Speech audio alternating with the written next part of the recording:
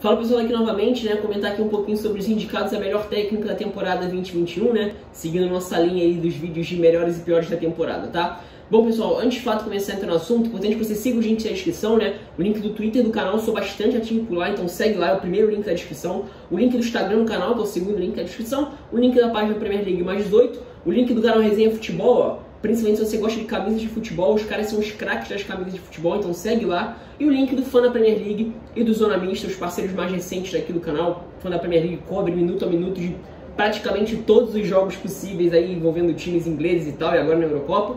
E o Zona Mista, que é até uma página que cobre mais esportes também, tá? Então segue lá, além do conteúdo muito legal, né? O pessoal é muito gente boa. Bom pessoal, então vamos lá para os indicados, né? Foram 5 indicados, acho que todos bem indicados até, acho que de fato foram os principais trabalhos da temporada, e talvez um nome ou outro o pessoal questione, mas enfim, né? Eu vou começar logo pelo que é o meu voto, que na minha opinião foi mesmo o melhor técnico da temporada, né? Que é o campeão, né? O espanhol maravilhoso Pep Guardiola, né? O campeão disparado, campeoníssimo da Premier League, né? Tricampeão da Premier League, e assim, eu acho que assim, o Manchester City viveu uma temporada, né, e principalmente falando da Champions, né, acho que a Champions isso ficou mais em evidência, mais na mídia, né, uma temporada onde, assim, amadureceu muito como um time justamente para enfrentar esses cenários de Champions, por exemplo, de grandes noites europeias e tal, apesar de não ter sido campeão, né, e por mais que na Champions isso tenha ficado mais evidente mesmo, porque são esses jogos mais midiáticos e tal, na Premier League não foi diferente não, né, foi um time muito mais sólido, em muitos momentos muito mais pragmático, burocrático, mas com muito mais cara de time de ponta, de time competitivo mesmo. Né? Eu fiz um vídeo, inclusive, em meados de dezembro, né? O título era City vence, mas não convence. Né? De um time que já estava virando sólido defensivamente, mas que ofensivamente ainda precisava talvez se encontrar e empolgar um pouquinho mais. Eu acho que no ano de 2021 o time equilibrou muito bem isso, né? Se tornando de fato a principal equipe europeia. Né? Mesmo tendo perdido a Champions, eu acho que o City foi o principal time na temporada 2021 em termos de nível de jogo. Né? E claro que assim, o Guardiola é um cara muito grande, é um gigantesco personagem, então qualquer título que ele ganhe, foram vários, né?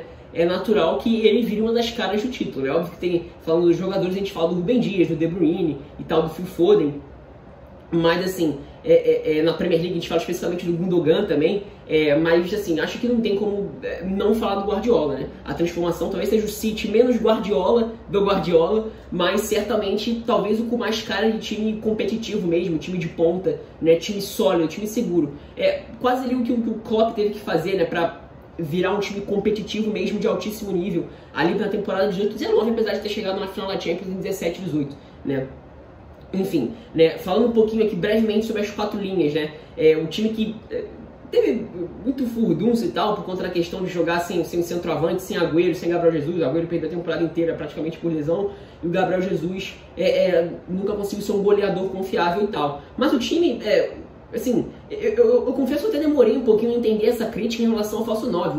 O City jogou a temporada inteira muito bem sem um falso 9, né, tendo o De Bruyne por ali, principalmente o De Bruyne mais próximo da área, né? O Phil Foden se consolidando como esse ponta pela esquerda e atacando por dentro. O crescimento dele também faz parte desse momento do mérito dentro das 4 linhas. A gente tem o João Cancelo fazendo uma temporada dos melhores jogadores da Liga na temporada 2021, virando ali um segundo volante em muitos momentos, um meio campista ao lado do Rodri, né? O Gundogan virando um definidor, né? Chegou a ser o artilheiro do Manchester City em certo momento, nem sei se ele terminou dessa forma, né? Mas enfim, então acho que foi um time que dentro das 4 linhas foi impecável, especialmente no ano de 2021, e que, assim, tem muito do dedo do Guardiola de conseguir se adaptar numa temporada que naturalmente seria um pouco mais complicada por conta de lesões e tal, especialmente se a gente pensa no setor ofensivo, né? E defensivamente se tornando um time muito mais sólido. Óbvio que tem o Rúben Dias e John Stones fazendo uma dupla de altíssimo nível, especialmente a surpresa do Rúben Dias jogando nesse nível tão alto e tal, mas assim, acho que sem sombra de dúvidas o Guardiola tem muito dedo disso, e na minha opinião foi de fato o melhor treinador da temporada, né? Talvez no que tenha sido o time do Guardiola que tem menos a cara do Pep Guardiola, digamos assim, né? Bom, vamos agora para o segundo indicado, né? Que talvez esse seja o cara mais questionável, que é o Solskjaer, né? O norueguês do Manchester United, o treinador, né? Eu vou logo dizendo aqui que eu não acho que seja um absurdo nenhum, não, né? Assim, tirando, se a gente pega do mundo dos mortais, né? Excluindo o Manchester City, entre aspas, o United foi o segundo melhor time do campeonato, assim, com folgas até, em termos de regularidade em alto nível. O United, se a gente pega ali desde o período de novembro, mais ou menos, é um time que registrou uma crescente no nível de jogo, assim, no estilo, no nível de jogo como um todo. Certamente o melhor Manchester United desde a era pós-Ferguson e tal, e um dos times que se consolidou como o vice-campeão ali, sem dar muita chance para os adversários não, para ser bem sincero, né? Óbvio que teve, se a gente pega ali o período de abril, talvez, já viveu ali um momento de um nível um pouquinho menor e tal, até terminou, assim, perdendo, né, falando como um todo, né, a Premier League termina ganhando fora de casa do Wolverhampton com o time todo remendado, né, mas perdeu, assim, a final da Europa League pro Villarreal e tal, né, até acho que deveria ter ganhado, assim, talvez poderia ter feito um pouquinho mais, mas acho que como um todo uma temporada muito, assim, que termina muito bem para o Manchester United, né? Óbvio também que tem a questão de ter sido eliminado na fase de grupos da Champions e tal, né? A eliminação na Copa da Inglaterra foi do jeito que foi feio, né? Jogando menos que o Leicester, mas assim, acho que como um todo, se a gente pensa no que o Manchester United precisa voltar a ter, né? Acho que o Solskjaer entregou muito bem, né? Que é conseguir ser competitivo em alto nível, né? Claro, tendo longevidade, tendo uma sequência. Eu acho que isso o Manchester United fez muito bem, né? Tirando o Manchester City, né? Como eu falei, pegando ali os mortais, acho que de fato foi o time que mais atingiu mais conseguiu se aproximar desse objetivo nessa temporada. Então acho que a indicação dele faz todo sentido. É o que o torcedor do United esperava no primeiro momento, talvez não fosse, o Solskjaer e tal, mas certamente, assim, o time evoluiu, o time só vem evoluindo. O United não parou de evoluir desde a chegada desde o ano de 2020, desde a chegada do Bruno Fernandes, né? E assim, acho que um caminho está sendo seguido, né? Falando agora um pouquinho sobre as quatro linhas, né? Acho que o ponto mais legal a se destacar desse time nessa temporada é especialmente o trio / quarteto de ataque, né? A forma como eles funcionam, o entrosamento deles, né? O caos ordenado, não tem muito um padrão de jogadas para o Manchester United fazer, mas sempre funciona muito bem, né? Eles se entendem muito bem, né? O Cavani parece que chegou em Carrington, parece que joga em Carrington desde 5 anos de idade. O Pogba sendo um jogador, assim, posicionado mais vezes em uma faixa mais à frente do campo, ali como meia pela esquerda. O Rashford mais vezes atuando pelo lado direito, né? O que reduz o número de erros dele, por exemplo. Você perde a incisividade, mas você ganha um jogador com essa capacidade da condução em velocidade, do drible em velocidade, e que vai tender a errar menos e tal. O Bruno Fernandes dispensa comentários. O Greenwood cresceu nessa reta final. Enfim, né? Acho que esse foi o melhor mérito, né? Esse caos ordenado do ataque do Manchester United, esse entrosamento que os jogadores mostram, que muitas vezes é muito legal de se ver, né? Enfim, acho que a indicação dele é completamente justa e, como eu falei, na minha opinião, foi de fato o melhor time dos mortais, digamos assim, né? Bom, vamos agora para o terceiro indicado, né? Que é o Brendan Rodgers, né? O norte-irlandês do Leicester. Talvez essa tenha sido... eu acho que assim, né? Muitas vezes a gente tem dificuldade de separar, né? Até que ponto é um mérito dos jogadores, até que ponto é um mérito do técnico, né? Acho que o Leicester nessa temporada é muito, muito, muito mérito do Brendan Rodgers. Assim, o time sofreu com lesões a temporada inteira, o time em nenhum momento teve todos os jogadores à disposição. E passa ali boa parte da primeira metade, só em janeiro, se eu não me engano, né, que o Ricardo Pereira volta, sem ter os seus laterais principais, né? Vale lembrar que os laterais da temporada retrasada, 19-20, Ricardo Pereira e Tio, foram dois dos pontos desequilibrantes, essenciais para o estilo de jogo do Leicester do Brendan Rodgers, né? E até janeiro, o time não teve nenhum dos dois. O Tio porque tinha sido vendido ao Chelsea e o Ricardo Pereira machucado. Então, assim, chegou o Castanhe e tal, o James Dustin se consolidou, fez uma belíssima temporada, se machucou, deve voltar só em novembro, inclusive, uma pena, mas enfim. E ele teve que passar a encontrar algumas alternativas, né? O Ndidi se machucou, ficou um longo período machucado, o Sonhuncu também, né? Perdeu o Harvey Barnes em períodos da temporada e nesses últimos 3 meses também, com o jovem inglês se machucando, né? Que era a única alternativa de jogador incisivo, né? A diagonal, né? Que o time tinha e tal. O Jamie Vardy também chegou a ficar alguns períodos machucados, né? O Reanati, quando teve que ser chamado ao dever para virar um definidor de jogadas, foi chamado e conseguiu. Então, assim, tem muitos méritos do Brendan Rodgers, né? Se a gente pega num primeiro momento, né, um time que tinha dificuldade de encontrar as jogadas de lateral, né, conseguindo transformar o Tielemans, né, a conexão, se a gente pega ali principalmente o período de novembro e dezembro, né, tendo a conexão Tielemans e James Maddison funcionando muito bem, o Maddison conseguindo ser transformado num cara de toques mais rápidos, para receber nas costas dos volantes e rapidamente acionar o homem de frente, né? Se a gente pega no segundo momento da temporada ali, se a gente pega final de janeiro, fevereiro e março, né, a gente já passa a ter, por exemplo, um Leicester tendo Renato e Vardy como as suas principais armas, né? Em mais momentos o Vardy, inclusive, sendo lançado para encontrar o Renato para definir dentro da área, né? Enfim, se a gente pega, por exemplo, o período mais inicial ali da temporada, né? De setembro até ali meados de novembro, mais ou menos, né? O Harvey Barnes foi um dos principais jogadores, né? Era justamente esse cara que conseguia romper as linhas com essas jogadas em diagonal, de velocidade, para definir as jogadas e tal, né? Principalmente. Então, assim, foi um Leicester assim, bem diferente, teve que jogar de algumas formas diferentes, terminou fixo ali com 3 zagueiros, com a lesão do Johnny Evans, né? Então o Castanhe passou a jogar como um zagueiro pela direita. Eu até acho que ele foi bem, né? Assim, pelo menos tendo que jogar por baixo e tal, por alto, isso, pelo alto, de fato, ele mostrou bastante problemas. Até porque não é um cara da posição, mas enfim, por baixo ele funcionou muito bem nessas coberturas mais longas e tal, né? Então, assim, eu acho que foi um Leicester que enfrentou dificuldades a temporada inteira, foi o time que mais teve dificuldades a temporada inteira, sem comparações com nenhum outro, né? E conseguiu reagir muito bem. Perdeu a vaga no final, perdeu a vaga para Champions League na reta final, eu sei, é muito chato, né? Mas assim, gente, perdeu para Chelsea e Liverpool, né? Não perdeu para qualquer coisa, né?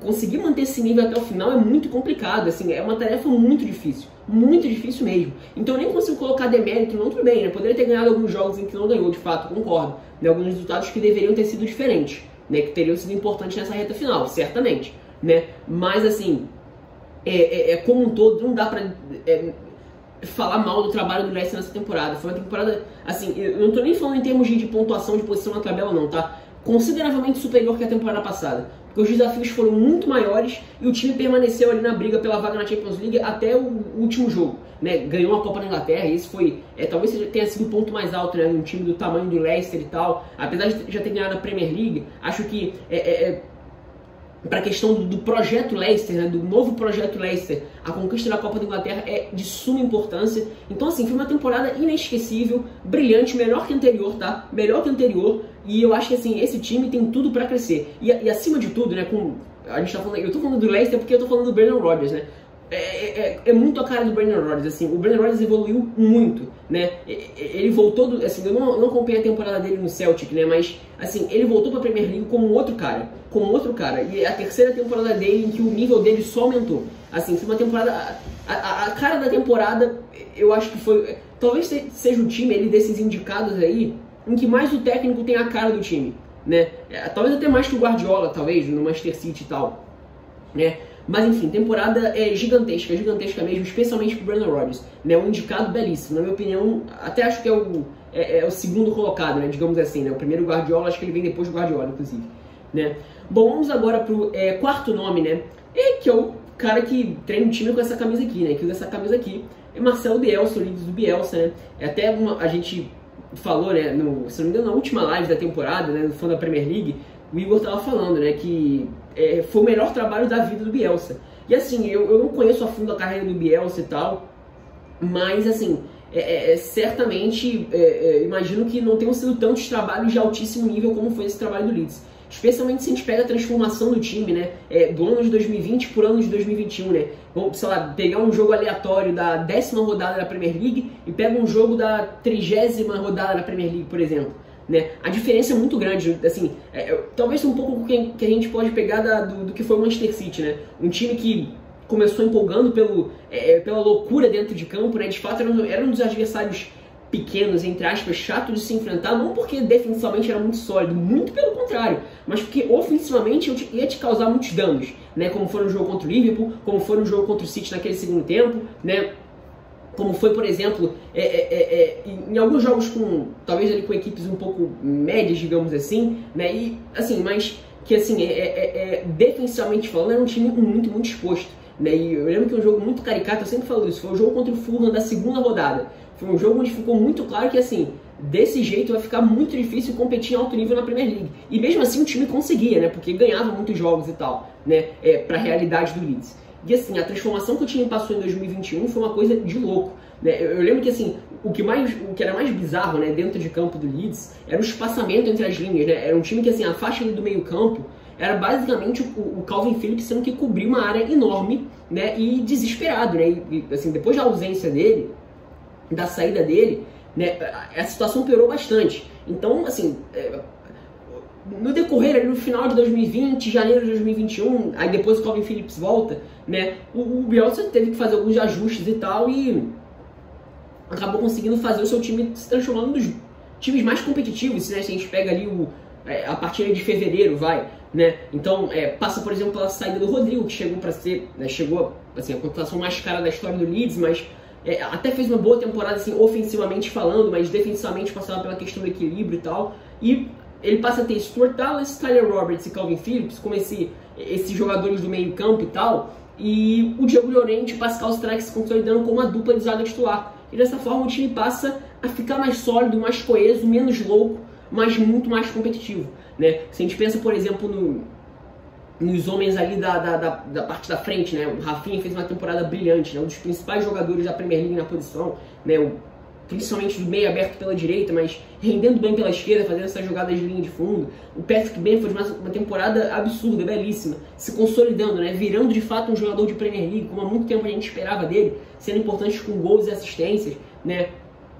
Então, assim, foi um time que empolgou demais nos primeiros meses da temporada, 2 meses e meio da temporada, pelo estilo de jogo, especialmente na capacidade de agredir seus adversários, né? Mas um time muito desequilibrado, que era difícil imaginar, assim, se mantendo com tranquilidade, que é justamente o que queria o Leeds, né? O que pretendia o Leeds, né? Virar um time de Premier League mesmo, né? E dessa forma vai ficar muito complicado. Eu acho que o Bielsa entendeu bastante isso e conseguiu modificar o time de forma a transformá-lo num time mais, de novo, um pouco mais pragmático em mais momentos, mais burocrático, mas muito mais seguro, muito mais competitivo e que, ofensivamente falando, tinha um repertório bastante grande até, né?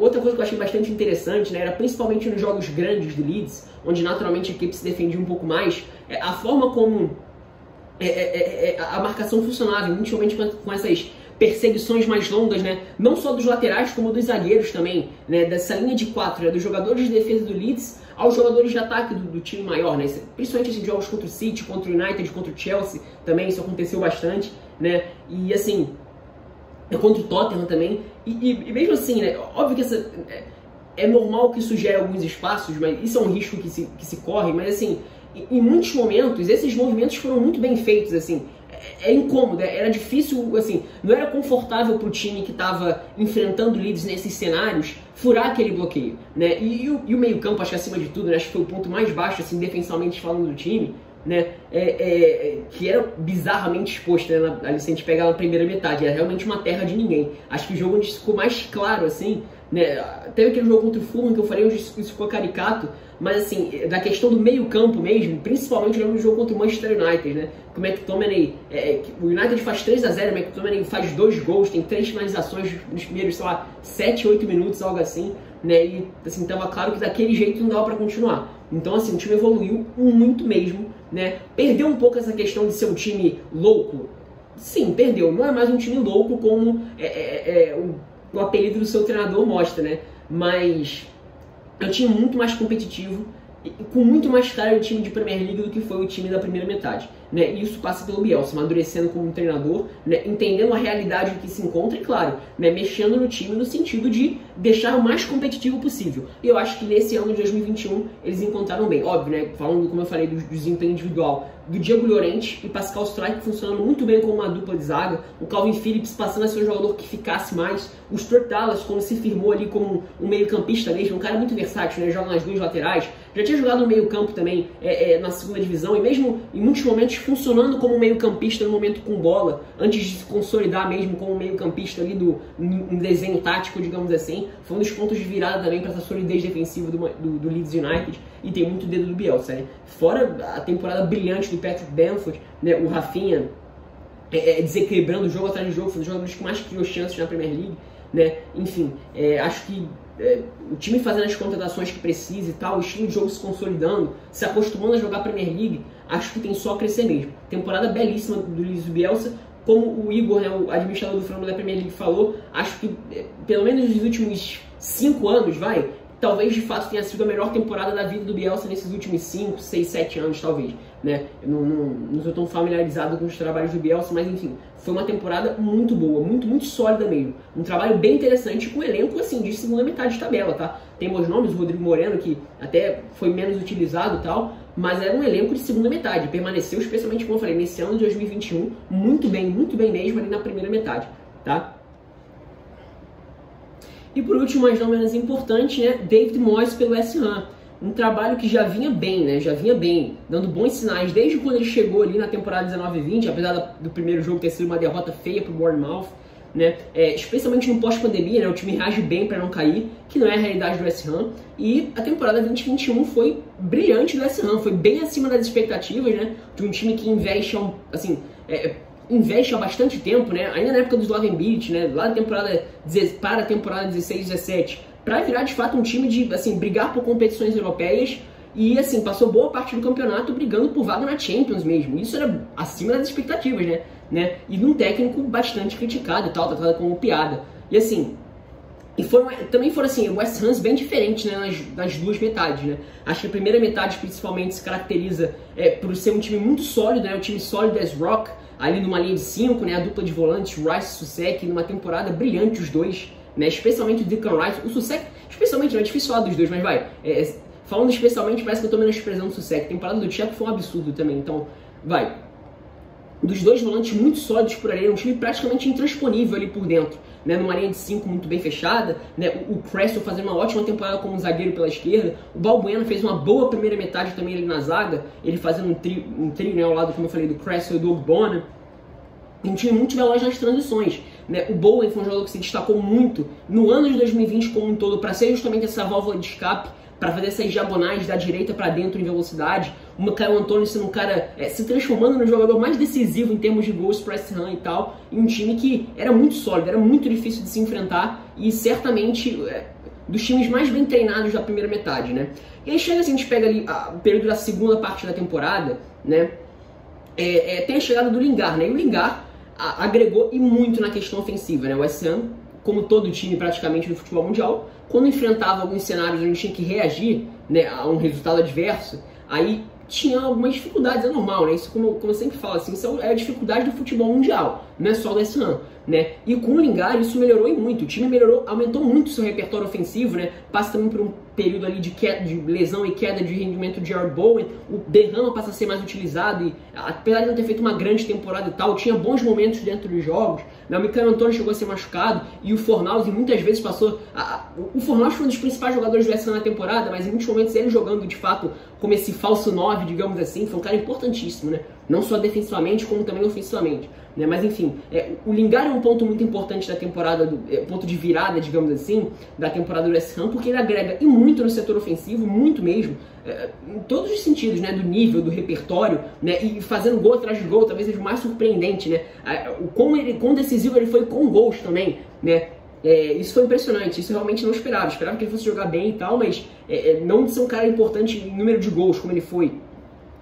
Mas o time passou a perder aquela sua solidez, né? Tanto que, assim, o Lingard no primeiro momento era escalado ali como partindo da esquerda, e depois ele cada vez mais teve que ser empurrado para frente, né? E o Fornals tendo que fechar por ali, às vezes até o Antônio tendo que fechar, o próprio Berrama até conseguir contribuir mais que ele, e o time perdeu essa solidez. Acho que isso em certo ponto pesou, assim, e ficou intensificado com as lesões do Declan Rice e com o Cresswell, né? E o time perdeu um pouco daquela capacidade de conseguir ser um time sólido, né? Sólido as rock, né? Um páreo duro, assim, uma barreira praticamente intransponível, como foi em boa parte da primeira metade, né?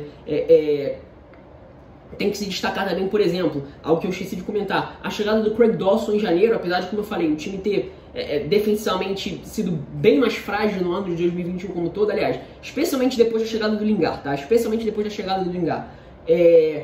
O Craig Dawson foi um dos principais nomes da defesa, fez uma temporada brilhante, né? Foi uma das barganhas, brilhante seria um pouco de exagero, mas fez uma temporada muito boa, uma das barganhas da temporada, né? Um jogador veterano de Premier League, né? Fez uma temporada muito ruim no Watford, né? Em 19-20, tinha sido justamente contratado para elevar o nível da zaga, de um setor complicado para o Watford,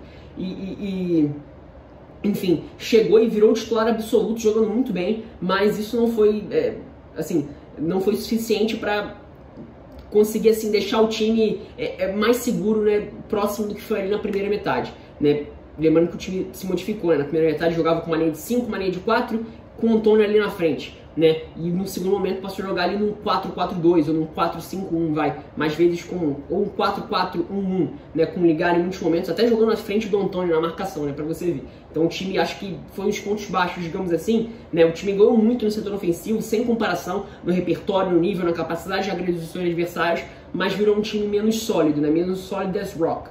Né? Isso se intensificou com a saída do Declan Rice e do Cresswell por lesão, como foram aí nos últimos 10 jogos mais ou menos da temporada e tal, até voltaram nos 2 jogos finais, mas enfim, um período ali justamente muito complicado por esse ano, né? Enfim, então foram isso, essas aqui foram as minhas opiniões em relação à temporada desses 5 treinadores / times. É complicado falar só do treinador, a gente sempre tem que acabar comentando sobre o time também, né? Mas enfim, sinta-se para deixar sua opinião aqui embaixo, né, se você concorda, se você discorda, né, agregar alguma coisa caso você queira também, né, dizer quem faltou ou quem está nessa lista que não deveria estar, né, se inscrever no canal caso você tenha gostado do vídeo, aliás, dá um like no vídeo, né, caso você tenha gostado aqui do trabalho aqui que eu fiz, né, desse vídeo, se inscrever no canal caso você tenha gostado do canal, dos vídeos e tal, compartilhar com seus amigos, né, fazer o canal chegar a mais pessoas e tendo feito tudo isso, pessoal, clicar no sininho para receber as notificações quando eu postar vídeos ou fizer lives aqui no canal, tá? É isso, espero que tenham gostado.